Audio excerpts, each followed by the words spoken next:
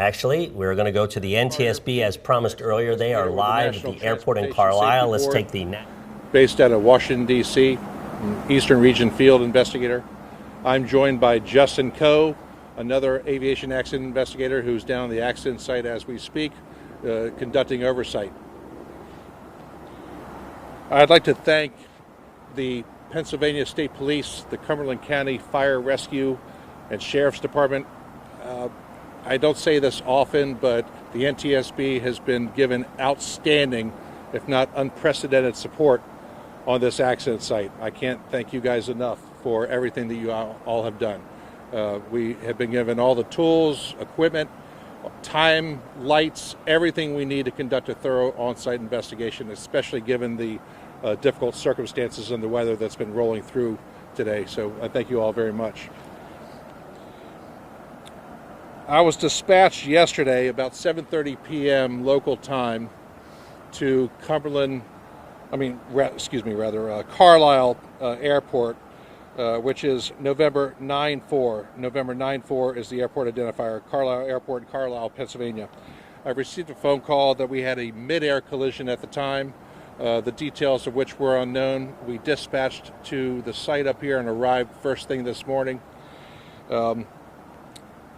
What we had understood at the time is that a private aircraft, a general aviation aircraft, a Cessna 150, was on approach into the airport, on approach to the runway, behind a Bell 407 state police helicopter with two pilots on board, and there was a collision that took place. Now, many of you guys have all seen the videos that have turned up online. It's very dramatic, that shows the collision. So we see the outcome, but we want to understand why it happened. So we are looking at three things. We're looking at the human being, the man, the machine, the environment. The human being, the pilot. The pilots of both the helicopter and the pilots of the Cessna 150. Their training, their qualification, how many hours they have in their particular aircraft or in the particular helicopter. License, ratings, and certificates. We understand that the Cessna 150 pilot was a certified flight instructor. And we also understand that the pilots of the helicopter were on a training mission. There was an instructor pilot and a pilot receiving instruction at the time of the collision. The collision happened at 18:52, that's 6:52 p.m. local time. I will be joined by my co-workers at the NTSB, along with the Federal Aviation Administration, who has been on scene, Textron, the manufacturer of the Cessna, Bell Helicopter Company, and Rolls-Royce. We will all be here conducting a thorough investigation over the next several days.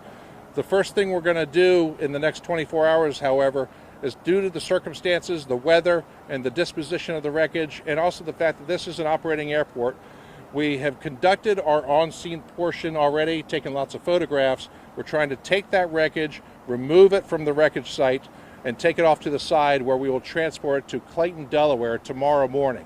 Now in Clayton, Delaware, there's an aircraft facility that specializes in aircraft and accident recovery.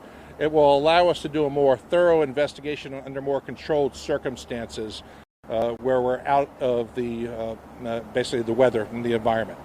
So the machine of the man and machine and the environment is we are looking at the technical aspects of both vehicles, the number of hours, cycles, the engineering aspects, if there was anything that could have been causal to the accident, and of course the environment consisting of the weather, air traffic control. I'm having a weather study done as we speak. From what I understand, the weather was very nice yesterday, so I don't anticipate that weather was a factor, but I would be getting ahead of myself at this time. I'm going to leave that to the weather experts to tell us what was going on. Air traffic control, I worked with the air traffic control specialist last night to get NTSB data, flight track data, flight profile data for both the helicopter and the Cessna, so we can determine what actually happened, what brought those two vehicles together in such a catastrophic way. I don't want to take away from the fact that we do have a deceased pilot, and our thoughts and prayers go out to the family and the friends of the deceased pilot.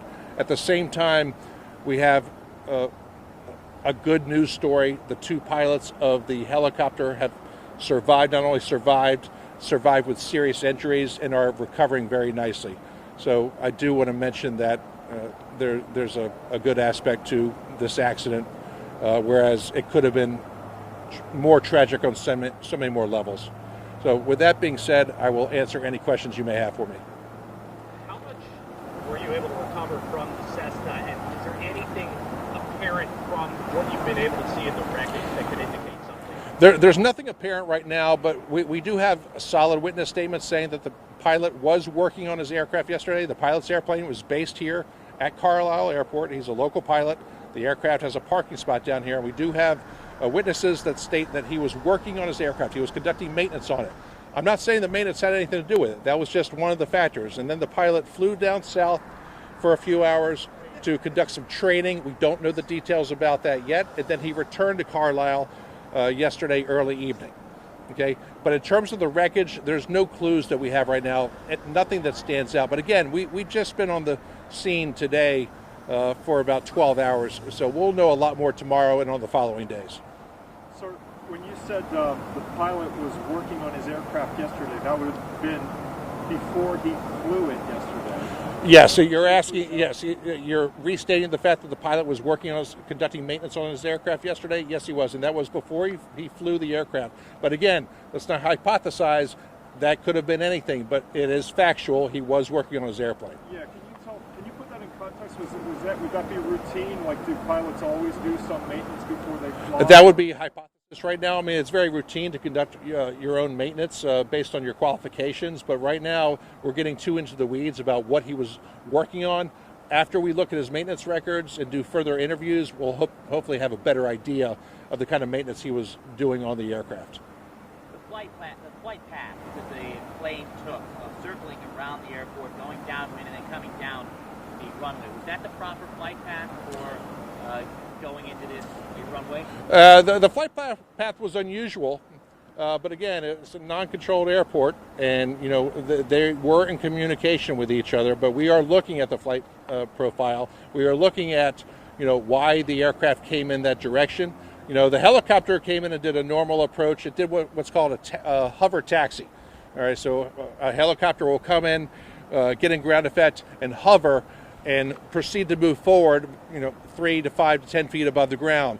And then when he comes off the runway, that's when the Cessna came in, straight and level, suddenly increased its pitch, severe nose up, did a left turn, leveled off again, and then flew into the back of the helicopter. So, right now we don't know the details about why the pilot was flying in that pattern altitude or in that manner, but we are going to find out. How long was the helicopter hovering for when it got hit? I don't know at this time. Is it typical for a helicopter to be hovering that close to a runway? Yes, the helicopter. Yes, he is asking if it's typical for a helicopter to come in that close and hover, to a runway. Yes, the helicopter did a normal approach, and instead of doing an approach and landing, it did an approach and hover maneuver where it's hovering. It's basically taxiing forward, but in a hover. Okay, so it hadn't departed the runway surface. It was still above the runway surface when it was hit. But it's a very normal maneuver, especially for a training maneuver, to do what's called a hover taxi. There's no control tower at this airport. It's common among many small airports. They go by radio frequency. Is that a challenge? You're asking if there was any, the fact that there was no control tower and that they do normal communication? No, it's not a challenge. For smaller airports, it's very common to use the CTAF, Common Traffic Advisory Frequency. It's called CTAF, where you're communicating your intentions to the local traffic so you can make them aware of what you're planning on doing, and you can communicate with each other. Very normal, very standard practice. Could you briefly describe the flight path that the aircraft took? Say again, please. Could you briefly describe their flight path? I'm not going to describe the flight path yet because I want to look at the air traffic control data. We have to be careful with ADSB data. ADSB data is preliminary in nature until I get the official flight profile from our air traffic control specialist. He's supposed to send that to me today. I'll review it when I leave the scene tonight, and then I'll have a better idea tomorrow. So I'm not going to get into the description of the flight profile right now. Again, Delaware. Why are you relocating it for a better? We're taking the aircraft, both the aircraft, down to Delaware because there's a facility down there that specializes. As a matter of fact, the team is here right now. They specialize in aircraft recovery, especially involved in plane crashes. There's a facility down in Clayton, Delaware. that has a hangar. They have all the tools and equipment necessary, and it's secured. We want a secured private location where we can do a thorough examination with myself, Textron, Bell Helicopter, and Rolls-Royce. So it's an ideal environment to do that. And they specialize this. I go to Clayton, Delaware on a regular basis. The pilot of the Cessna was a certified flight instructor, yes. Yes, a flight instructor was training the other pilot. I don't know the reasons for the training, but he was there was a pilot under instruction, and then there was a training pilot, an instructor pilot. And you have not said or cannot say at this time which pilot was? No, I can't. It's too early in the investigation to determine that. In your investigation, do you think the Cessna pilot knew a helicopter was here? Excuse me, do I think the Cessna pilot knew the helicopter was hovering? I do believe we have strong evidence that the Cessna pilot was made aware of the helicopter hovering in the area making the approach. We do know that much. Is it possible that he didn't see the helicopter that it was under the nose of the plane? That would be hypothesis. I can't determine whether or not his visual acuity or whether or not the helicopter was blocked from view. I can't tell you that. I'll come back to you for your next question. You had a question?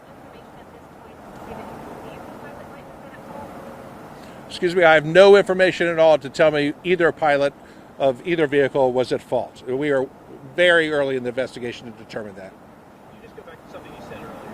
They communicate with each other then. Communication was established between the flight crews, yes. And that would be typical for an airport.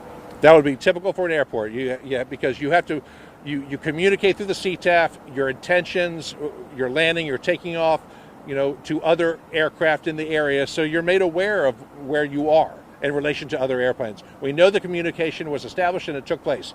That's as much as I can tell you right now. I can't go into the detail of what was said, but that's something we're going to get into. I have time for 2 more questions. Can I just clarify that? You say we know that communication was established and it took place.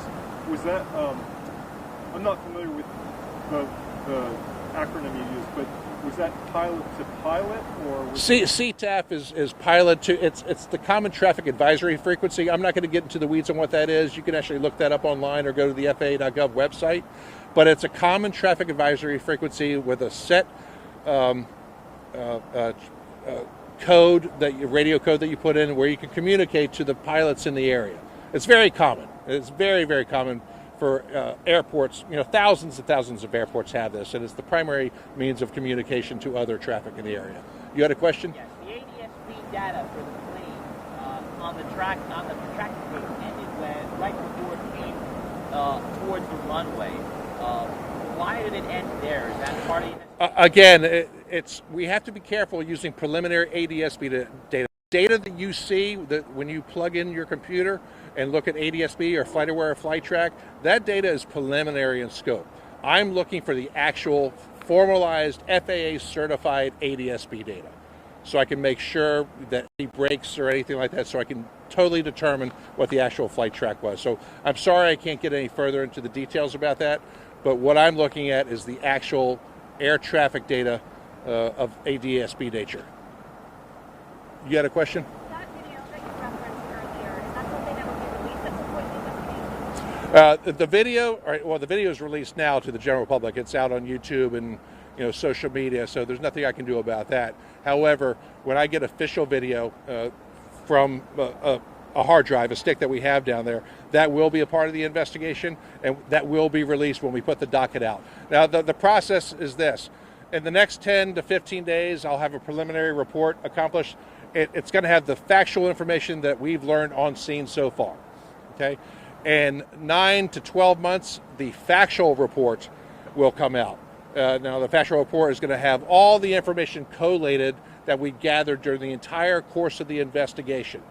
And within 18 months, the final report, along with the probable cause, will be out, and the probable cause is signed off by the board members of the NTSB.